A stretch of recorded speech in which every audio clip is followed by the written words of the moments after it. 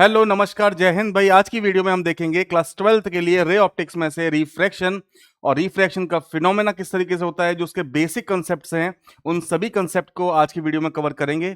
तो फटाफट से वीडियो स्टार्ट कर लेते हैं। टॉपिक हमारा है रिफ्रैक्शन ऑफ लाइट। तो सबसे पहली बात आती है कि रिफ्रैक्शन ऑफ लाइट होता क्या है, मतलब रिफ्रैक्शन का मतलब यहां पर क्या है। तो अगर सिंपल सी लैंग्वेज में लिखना चाहें तो हम लिख सकते हैं bending of light. Bending of light.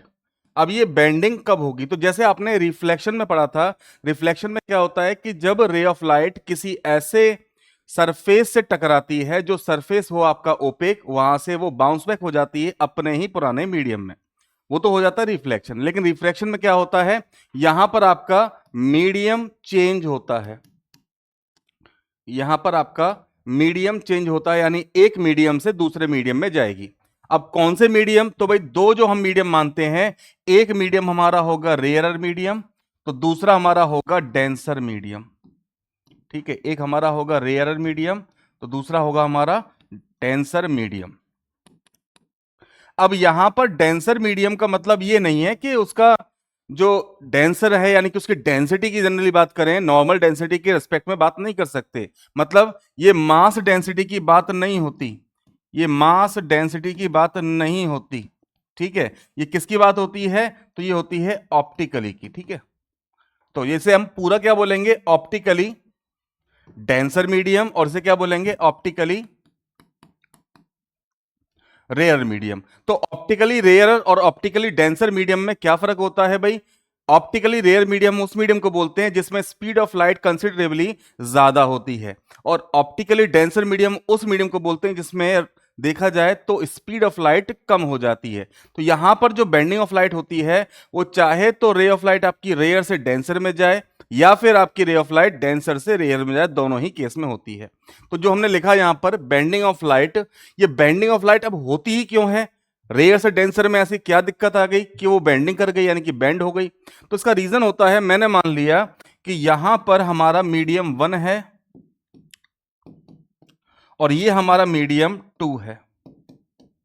ये मीडियम 1 है, ये मीडियम 2 है। हमने मान लिया कि एक रे ऑफ लाइट आ रही है, ये हमने ड्रॉ कर दिया यहां पर नॉर्मल, और जब ये यहां पर आई इस इंटरफेस पे आकर के थोड़ा सा बेंड कर गई, जब वो इस सरफेस के अंदर, या बोल सकते हो इस मीडियम के अंदर एंटर कर गई, जो मीडियम नंबर 2 है।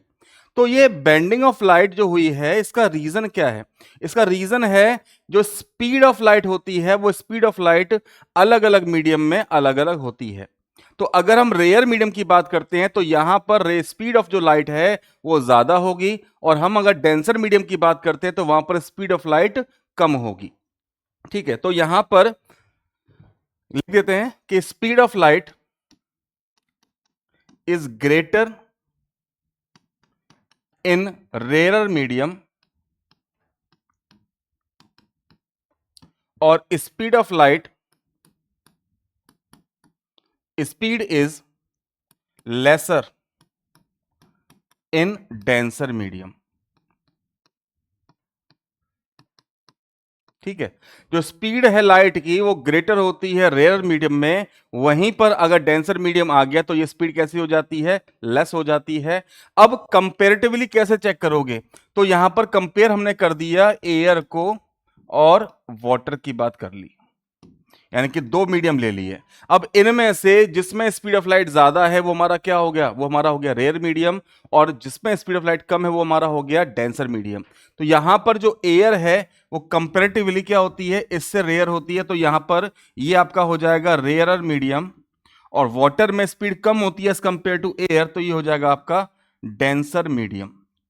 ठीक है, अब यहां पर जब रे ऑफ लाइट को हमने एंटर कराया एयर से वाटर में, तो जब एयर से वाटर में एंटर करेगी तो इसकी स्पीड जो होगी, क्योंकि रेयर से डेंसर में जा रही है तो स्पीड कम हो जाती है, और स्पीड कम होने की वजह से, यानी कि जिस मीडियम में लाइट की स्पीड कम होती है वहां पर लाइट शॉर्ट पाथ को चूज करती है, यानी कम रास्ता चलना पड़े जहां पर उसकी स्पीड स्लो डाउन होती है, तो वो क्या करती है, वो शॉर्टेस्ट पाथ लेने के लिए क्या करेगी, यहां से मान लीजिए ये रे ऑफ लाइट आ रही थी आपकी, ये इंसिडेंट रे है, ये हमने नॉर्मल ड्रॉ कर दिया, तो वो क्या करेगी, अगर इतना लंबा रास्ता तय करेगी इस मीडियम से बाहर निकलने के लिए, मैंने मान लिया कि यहां तक ये वाटर है, नीचे वापस से क्या है हमारी एयर है, तो अगर ये वाला पूरा रास्ता लेगी तो ये रास्ता लंबा हो जाएगा, तो क्या करेगी, ये बेंड हो जाएगी टुवर्ड्स द नॉर्मल, और जब ये वापस इससे बाहर निकलेगी तब ये वापस से वही एंगल बना लेगी या वही रास्ता चुन लेगी जो रास्ता ये पहले चल रही थी। यहां पर ये वाला जो एंगल है ये हमने मान लिया एंगल आर, और ये वाला एंगल मान लिया एंगल आई। यहां पर एंगल आई आपका क्या है, वही एंगल ऑफ इंसिडेंस है, एंगल आर क्या है यहां पर, एंगल ऑफ रिफ्रैक्शन है, ठीक है, वहां रिफ्लेक्शन था, यहां पर आपका एंगल ऑफ रिफ्रैक्शन बोलेंगे इसको। अब यहां पर ये वाला जो एंगल है यानी कि एंगल आई वो ग्रेटर होगा एंगल आर से, ठीक है, एंगल आई क्या होगा, ग्रेटर होगा एंगल आर से। याद रखना, जब आप रिफ्लेक्शन की बात करोगे तो एंगल सेम होते हैं, और जब आप रिफ्रैक्शन की बात करते हो तो दोनों में से कोई भी एंगल आपका कम या ज्यादा हो सकता है, डिपेंड करता है कि जो आपकी रे ऑफ लाइट है वो किस मीडियम से किस मीडियम में जा रही है, मतलब रेयर से डेंसर जा रही है या फिर डेंसर से रेयर जा रही है। अगर इसी केस में ये रे ऑफ लाइट वाटर से अगर एयर में जा रही होती तो इस केस में आपका एंगल ऑफ इंसिडेंस कम हो जाता है as compare to the angle of refraction. अब यहां पर जब ये रे ऑफ लाइट बाहर निकली, ठीक है, ये जो बाहर निकली है ये नॉर्मल है, इसको हम क्या बोलते हैं, एंगल ऑफ इमरजेंस, और जो रे निकलती है उसे हम क्या बोलते हैं, ई यानी इमरजेंट रे, ठीक है। तो इमरजेंट रे जो होती है वो वही पाथ लेती है जो एक्चुअल में स्टार्टिंग में जो इंसिडेंट लाइट थी उसका होता है। अब यहां पर मैंने अगर इसको आगे एक्सटेंड किया तो ये दोनों रे ऑफ लाइट क्या होती हैं, ये दोनों आपकी पैरेलल होती हैं, यानी जहां से आना चाहिए था वहां से तो नहीं आई, क्यों नहीं आई, क्योंकि बीच में एक मीडियम आ गया, लेकिन यहां पर जो राइट आपकी निकली है यानी कि जो इमरजेंट रे निकली है वो उसी एंगल से बाहर आएगी जिस एंगल से आपकी इंसिडेंट लाइट किसी भी सरफेस से या किसी भी इंटरफेस से टकराई थी। मतलब यहां पर जो आपका एंगल आई होगा वो इक्वल होगा एंगल ई के, यानी एंगल ऑफ इंसिडेंस बराबर होता है आपका एंगल ऑफ इमरजेंस के, ठीक है। अब इसी चीज को प्रिज्म सॉरी ग्लास स्लैब की हेल्प से समझना चाहें तो कैसे समझेंगे, तो जरा देखो इधर, ये हमने कोई भी एक इंटरफेस मान लिया, हमने मान लिया ये ग्लास है, ठीक है, क्या है ये ग्लास है, और इधर क्या है आपकी, ये मान लिया ऊपर की साइड ये एयर है। अब यहां पर जब रे ऑफ लाइट आएगी, ठीक है, ये हमने एक नॉर्मल ड्रॉ कर दिया,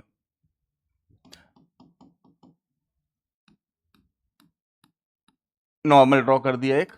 अब यहां पर जो रे ऑफ लाइट मेनली थी वो क्या हो रही थी, रिफ्रैक्ट हो रही थी, ये कौन सी होगी आपकी आर, या पूरा लिख दिया तो रिफ्रैक्टेड रे, जो आ रही थी वो क्या थी आपकी इंसिडेंट रे। तो यहां पर एक बात ये भी आती है कि आप पूरी की पूरी रे ऑफ लाइट अगर आपको ट्रांसपेरेंट मीडियम मिला हुआ है तो क्या पूरी की पूरी रिफ्रैक्ट कर सकती है, तो आंसर है पूरी की पूरी रिफ्रैक्ट नहीं करेगी।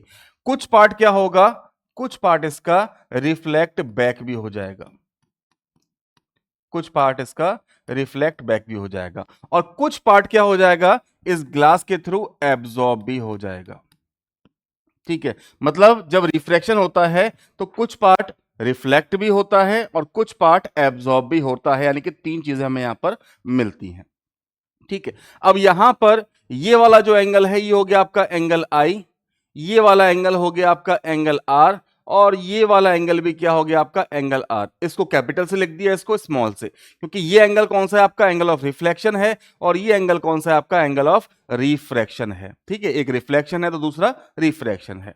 अब यहीं पर लिख लेते हैं लॉ ऑफ रिफ्रैक्शन क्या होते हैं, लॉ ऑफ रिफ्रैक्शन क्या होते हैं। तो जैसे रिफ्लेक्शन में दो लॉ थे ऐसे ही इसमें भी दो लॉ हैं। यहां पर अगर पहले लॉ की बात करें तो पहले लॉ के अकॉर्डिंग इंसिडेंट रे, रिफ्रैक्टेड रे और नॉर्मल, ये तीनों के तीनों एक ही प्लेन पे क्या करते हैं, लाई करते हैं, यानी कि पहला जो लॉ है वो कॉमन है रिफ्लेक्शन के लिए भी और रिफ्रैक्शन के लिए भी। तो पहला लॉ आपका क्या कहता है, the incident ray, the incident ray, the refracted रे and the normal all lie on the same plane, ठीक है, ये फर्स्ट लॉ। सेकंड लॉ क्या कहता है आपका, सेकंड लॉ बोलता है आपसे कि sine of angle I upon sine of angle R is always a constant. ये हमेशा क्या होगा, एक कांस्टेंट होगा। यानी किसी पर्टिकुलर पेयर ऑफ मीडियम की जब भी बात करेंगे, पेयर ऑफ मीडियम से मतलब हो गया अगर आप एयर की और ग्लास की बात करोगे तो ये रिफ्रैक्टिव इंडेक्स कैसा रहेगा, हमेशा कांस्टेंट रहेगा, सेम रहेगा। और जो रिफ्रैक्टिव इंडेक्स होगा वो किसके रिस्पेक्ट में होगा, वो होगा सेकंड का विद रिस्पेक्ट टू फर्स्ट। यहां पर सेकंड कौन सा आपका, सेकंड है आपका ग्लास, और फर्स्ट क्या मान लिया हमने, एयर। तो जो रिफ्रैक्टिव इंडेक्स होगा वो एन से हम क्या शो कर रहे हैं यहां पर, रिफ्रैक्टिव इंडेक्स। 2 1 का मतलब क्या हो गया, refractive index of second medium with respect to first medium. ठीक है, इसको क्या बोलेंगे, रिफ्रैक्टिव इंडेक्स, रिफ्रैक्टिव इंडेक्स। ठीक है, तो ये पेयर ऑफ मीडियम के लिए क्या रहता है, हमेशा कांस्टेंट रहेगा। ठीक है, अब जरा बात कर लेते हैं refraction through a glass slab की। Refraction through a glass slab. तो अब यहां पर हमने एक ग्लास स्लैब को मान लिया, यहां पर हमने एक रे ऑफ लाइट को इंसिडेंट कराया, ये हमने यहां पर नॉर्मल ड्रॉ कर दिया। यहां पर क्या होगी, रे ऑफ लाइट बेंड हो जाएगी। अब यहां पर ये वापस से बाहर निकलेगी, जो बाहर निकली वो कौन सी होगी, आपकी इमर्जेंट रे। जो ये एंगल बनेगा वो कौन सा होगा, आपका एंगल आई। ये वाला एंगल कौन सा होगा, एंगल आर। ये वाला एंगल भी कौन सा होगा, आपका एंगल आर ही मान लिया इसको, और इसको मान लिया आपका एंगल ई है। ठीक है, अब यहां पर जो आपका एंगल आर और एंगल आर जो है वो क्या है, वो कॉमन है। अगर यहां पर रिफ्रैक्टिव इंडेक्स की बात करें तो देखो क्या आएगा, यहां पर आपका आ जाएगा sine I upon sine R is equal to n/2 1। ठीक है, ऐसे ही बात करें इन दोनों इंटरफेस के बारे में तो यहां पर क्या आ जाएगा आपका sine R upon sine E is equal to n/2। अब इसमें रिफ्रैक्टिव इंडेक्स किसके रिस्पेक्ट में आया, एयर का आया विद रिस्पेक्ट टू ग्लास। ठीक है, अब ये दोनों के दोनों जो आपके हैं, ये दोनों एक दूसरे क्या हैं भाई, अगर मैं बात करूं आपसे n/2 की, n/2 है क्या, n/2 अपोजिट है n/2 के, यानी दोनों क्या है, एक दूसरे के इनवर्स हैं।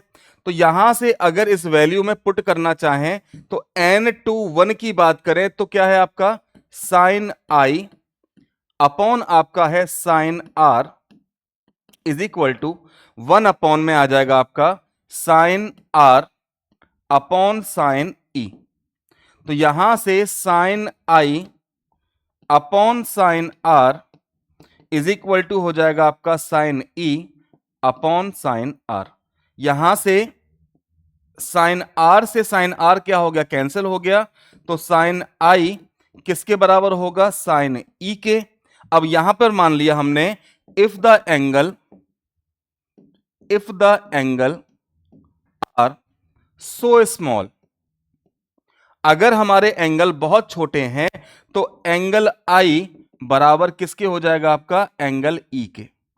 यानी कि हमारा जो एंगल ऑफ इंसिडेंस है वो किसके बराबर आ गया, आपका एंगल ऑफ इमर्जेंट के। तो इस तरीके से आप इसको प्रूफ भी कर सकते हैं कि आपका साइन जो इंसिडेंस है, यानी कि एंगल ऑफ इंसिडेंस है, वो बराबर होता है एंगल ऑफ इमरजेंस के भी। ठीक है, बस क्या याद रखना है इसमें, जो इंटरफेस के लिए आप निकालोगे रिफ्रैक्टिव इंडेक्स, उसका रेशियो हमारा क्या होता है, अगर आप एयर का ग्लास के साथ लोगे और दूसरा आप ग्लास का एयर के साथ लोगे, दोनों एक दूसरे के इनवर्स होते हैं। ठीक है, अब जरा एक बात और देखना यहां पर, वो कौन सी बात थी जो मैंने आपको पहले ही बता दी, यहां पर फिर एक बार ड्रॉ कर दे रहा हूं। ये वाला जो आपका जो शिफ्टिंग होती है, इस शिफ्टिंग को हम क्या बोलते हैं, क्योंकि रे ऑफ लाइट जहां से आनी चाहिए थी वहां से तो नहीं आई। क्यों नहीं आई, बीच में आपने एक डेंसर मीडियम लगा रखा है। रे ऑफ लाइट कहां से निकली, थोड़ा सा पहले यानी कि थोड़ा सा पीछे से निकली। तो जो ये शिफ्टिंग होती है, इस शिफ्टिंग को हम क्या बोलते हैं, इसको हम बोलते हैं लेटरल शिफ्ट। इसको बोलते हैं हम लेटरल शिफ्ट। ठीक है, थोड़ा सा क्या हो जाती है, थोड़ा सा ये शिफ्ट कर जाती है, उसी टर्म को हम बोलते हैं लेटरल शिफ्टिंग, या लेटरल शिफ्ट बोल देते हैं, या फिर लेटरल डिस्प्लेसमेंट भी बोल देते हैं। ठीक है, ये बात समझ में आ गई होगी। अगला कंसेप्ट देखिए जरा, अगली बात है आपकी अपरेंट डेप्थ के बारे में। Apparent depth. अपरेंट डेप्थ का मतलब क्या हो गया? एक्चुअल डेप्थ की बात करते हैं तो जब भी आप ऊपर से किसी भी स्विमिंग पूल को देखोगे या किसी भी आप नॉर्मल वाटर कंटेनिंग किसी भी वेसल को देखोगे तो उसकी डेप्थ आपको एक्चुअल डेप्थ दिखाई नहीं देती। तो क्या दिखाई देगा? उसकी अपरेंट डेप्थ दिखाई देगी, यानी कि वो डेप्थ जो केवल अपीयर हो रही है बट एक्चुअल में वो डेप्थ एग्जिस्ट नहीं करती। इसका रीजन क्या होता है? तो देखिए जरा, यहां पर ये एक वेसल मान लिया और इस वेसल में पानी भरा हुआ है, ठीक है, इसमें ये भरा हुआ है आपका वाटर। अब इसका बेस तो ये वाला है ना, इसको हमने मान लिया कि ये हमारा क्या है भाई, ये हमारा ऑब्जेक्ट है। अब यहां से रे ऑफ लाइट जो जा रही होगी, मान लिया कुछ ऐसे जा रही है, तो यहां पर अगर हमने एक नॉर्मल ड्रॉ कर दिया तो यहां से क्या होगी, यहां से ये बेंड होगी। इस फ्लास्क को थोड़ा छोटा कर लेते हैं, ठीक है। अब यहां पर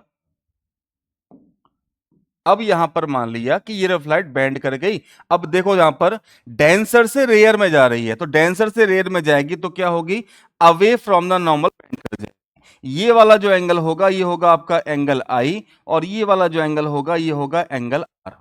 एक और केस मान लिया कि ये लाइट भी आपकी कुछ ऐसे ही जा रही थी और यहां पर ये इंटरफेस मिला, यहां पर नॉर्मल ड्रॉ किया, ये भी क्या हो गई, बेंड हो गई। तो अब जो पर्सन यहां से देख रहा होगा, यहां कोई पर्सन बैठा हुआ है जो इसकी डेप्थ को देखना चाह रहा है, उसे अब ये डेप्थ तो दिखाई नहीं देगी, क्यों, लाइट बेंड हो चुकी हुई। तो लाइट जब बेंड हो चुकी है तो इसका मतलब कहीं से तो आई होगी।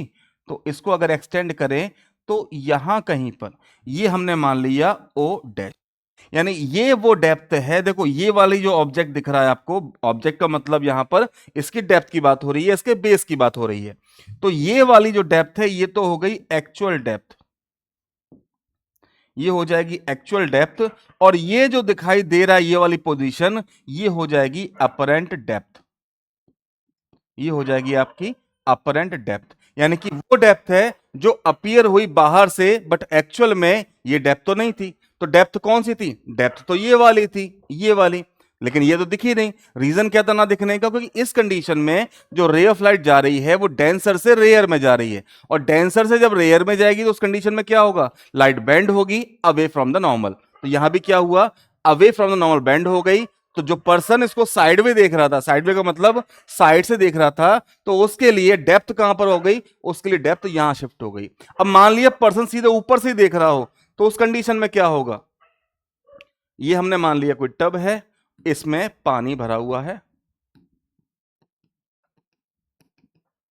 ठीक है। यहां इस चीज को यानी कि इस लोकेशन को वो देखना चाह रहा है। तो इस केस में क्या होगा, एक रे ऑफ लाइट ऐसे जा रही थी जो वो बैंड कर गई अवे फ्रॉम द नॉर्मल, और एक रे ऑफ लाइट जो ऐसे जा रही थी वो भी बैंड कर गई अवे फ्रॉम द नॉर्मल। अब ये दोनों बैंड करी हैं तो ये दोनों कहीं से तो आई होंगी ना, तो वही पोजीशन ढूंढने के लिए यहां कहीं पर मिल गई।